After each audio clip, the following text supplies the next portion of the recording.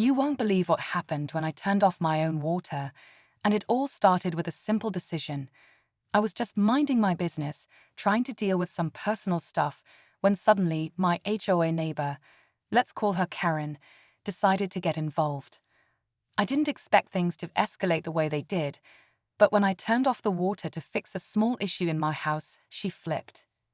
Apparently, her world came crashing down when she realized my water was off, and before I knew it, Karen was on the phone with 911, accusing me of doing something illegal. Yeah, you heard that right. She wanted me arrested over my water. I could hardly believe what I was hearing. What happened next is even crazier. In the midst of her tantrum, I tried to explain it was a simple fix, but she wasn't having it. She was determined to make me pay for something that, in her mind, was completely out of line. But the real question is, who's in the wrong here? Did I actually do something wrong by turning off my own water? Or was Karen just overreacting? Stick around to find out what happened when the cops arrived. As soon as I heard Karen on the phone with 911, I couldn't believe what I was hearing. I've been living in this neighborhood for a few years now, and I'd always gotten along with most of the neighbors, except Karen. She'd been a bit of a problem since day one, always poking her nose into everyone's business. But I never thought it would go this far. The whole issue started when I decided to turn off the water for a few hours to fix a small leak in the pipes. It was nothing major, just some minor maintenance I needed to get done. I figured it would be a quick job, and I'd have everything back to normal by the time the evening came around. But Karen didn't see it that way. I guess she noticed the water was off when she went to water her garden, and instead of thinking it was something temporary, she went straight into full-blown panic mode. I heard her yelling through the walls, complaining that the whole neighborhood's water might be cut off. That's when I tried to step outside and calm her down. But as soon as I did, she started accusing me of intentionally causing some sort of catastrophe. She was convinced I was breaking some HOA rule, and somehow, I'd become public enemy number one. Then, it all took a turn for the worse. Just as I was about to explain everything to her, I heard the sirens in the distance. The cops were on their way. As I heard the sirens getting louder, panic started to set in. I couldn't believe what was happening. Here I was, standing in my front yard, trying to explain myself to a woman who clearly wasn't listening. And now the police were on their way because of something so trivial. The whole situation felt surreal. I mean, it was just water. Why was she making such a big deal out of it? Karen was practically frothing at the mouth, talking about how I was breaking the HOA's so-called community guidelines. Honestly, I didn't even know what rules she was talking about. I've always done my best to follow the neighborhood's guidelines, but this felt like a completely different level of ridiculousness. She was acting like I'd committed some sort of crime. And the more she ranted, the more I could tell she wasn't going to let up. It didn't matter that I was the one trying to fix my own property. In her eyes, I was the villain here. I tried to calm her down, but it was like talking to a brick wall. That's when she started telling me about how she'd already reported me to the HOA board and was making sure that I would be held accountable for the supposed water violation. I didn't even know what she meant by that.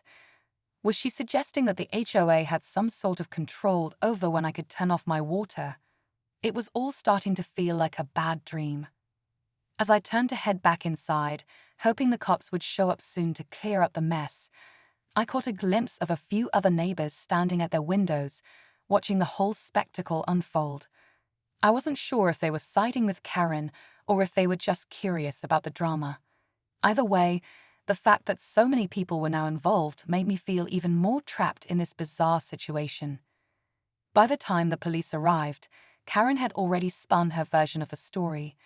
I could tell from the look on her face that she was ready to play the victim, like she was somehow the one who was being wronged. The tension in the air was thick. What was I supposed to do?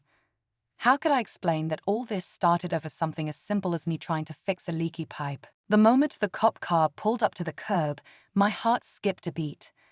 I could feel my palms sweating, and my mind was racing. Karen was already on her phone, frantically pointing at me as if I was some kind of criminal. She was practically waving her arms around, giving the officer her side of the story, and I knew she was going to paint me as the villain. I tried to take a deep breath and stay calm, but the pressure was overwhelming. This had gone way past a simple neighborly disagreement. It felt like my entire reputation in the neighborhood was on the line. The officer approached first, his eyes scanning both me and Karen. She immediately launched into her version of events, talking about how I'd caused a disruption and how my actions were against the community rules. She didn't even give me a chance to explain before the words were out of her mouth. I could tell from the look on his face that he was trying to keep his professional demeanor, but it was obvious he was confused. "Ma'am, I understand you're upset, but let's take a step back," the officer said, his voice calm but firm. Karen was not having it. She raised her voice, almost pleading, "But officer, he turned off the water. What if this affects everyone? What if we all lose water because of his selfishness?" I couldn't believe it. She was twisting everything. She was acting like I'd shut down the whole neighborhood's water supply, when in reality, I was just trying to fix a small leak. But with her words, I could see the officer starting to second-guess the situation. I'd opened my mouth to explain, but Karen cut me off, almost as if she had prepared for this moment. "You see, he's just trying to get out of being held accountable. I'm telling you, this is serious." The cop gave me a quick glance, and I knew the moment of truth was coming. Would he see through Karen's exaggerated claims? Or was I really about to get caught up in something that wasn't even my fault? The air felt thick with tension. The sirens from the other squad car were still echoing, and I felt like time was standing still. Behind me, I noticed more neighbors had gathered, watching everything unfold. I didn't know if they were there for support or just to watch the drama. My stomach twisted in knots. This wasn't just about water anymore. It felt like my entire character was being judged in front of a crowd, and I couldn't shake the feeling that this was only going to get worse before it got better. Just as the officer was about to ask me to explain my side, something unexpected happened. A second cop car pulled up, and this time, it wasn't just one officer. Two more came rushing out, one of them carrying a clipboard.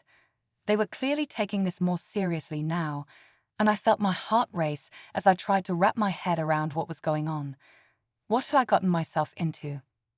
Karen's eyes practically lit up when she saw the additional officers. She was already pointing at me, a look of victory on her face.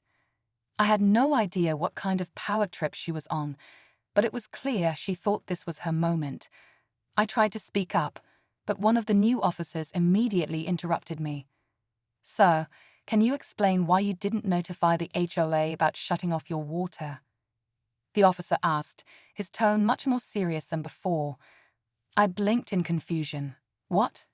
I didn't think I needed to notify anyone about something as simple as fixing a leak. It's my property. But the officer seemed unfazed, and I could see Karen's grin widening. "It's in the HOA bylaws," she chimed in smugly. "Any work that affects shared utilities needs to be approved in advance." I felt my stomach drop. Was this true? I'd never heard of any such rule, and I couldn't believe Karen had found a way to make this even more complicated. This wasn't just about a simple water shutoff anymore. Now it seemed like I was facing a potential violation of some obscure HOA rule I never even knew existed. The officers didn't seem too sure either, but the atmosphere had shifted. They weren't just here to check things out. This had become an investigation. The first officer nodded toward the others, and one of them pulled out a tablet, tapping away at it as if searching for something in the HOA database. My mind raced. What were they looking for? Were they about to find some violation I didn't know about? Was Karen really going to get away with this? It felt like everything was slipping out of my control, and I had no idea how deep the rabbit hole went. I looked around at the neighbors who were still watching, some with their phones out, clearly recording the entire scene. I couldn't help but feel exposed, like the whole neighborhood was waiting to see what happened next. The stakes were higher than ever, and I couldn't shake the feeling that this wasn't just a fight over water anymore. It was becoming a battle for my reputation, and I had no idea who would come out on top. The tension in the air was unbearable as the officers continued to tap away on their tablets, searching for anything that might confirm Karen's claims. I could feel my heart pounding in my chest, each second feeling like an eternity. Karen stood there, grinning like she had already won, as if the battle was over before it even started.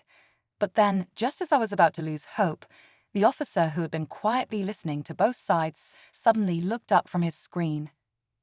"There's no violation here," he said, his voice cutting through the silence. "The HOA does not have a rule about shutting off your own water for maintenance purposes. There's nothing in the bylaws that even remotely suggests this is an issue." For a moment, I couldn't believe it.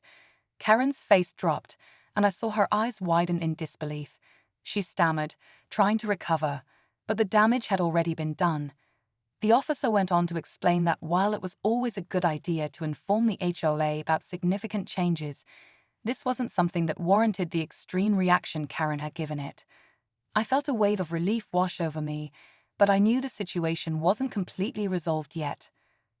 "Ma'am, I'd advise you to check your information before making such serious accusations," the officer continued, addressing Karen. "Making false reports is no small matter."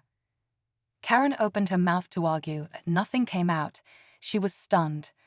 The officers didn't seem interested in hearing more from her, and after a few uncomfortable seconds of silence, they turned back to me.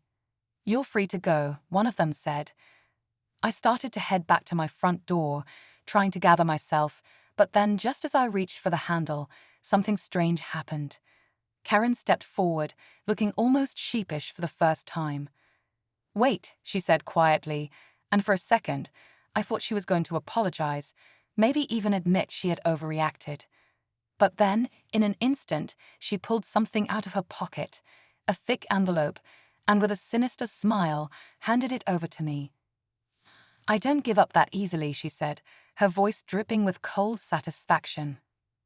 I opened it slowly, and my stomach sank as I saw what was inside. A formal complaint from the HOA board with a request for a hearing. It was clear that Karen had already gone over my head, and now I was facing an official grievance. The twist was far from over. The cops turned to leave, and Karen watched me with a look that said it all. This wasn't just about water. She wasn't going to stop until she had me backed into a corner. The conflict wasn't over, and I realized that I had just stepped into an even bigger battle. This wasn't just a neighbor dispute anymore. It was a fight for control of my own life, and Karen wasn't going down without a fight.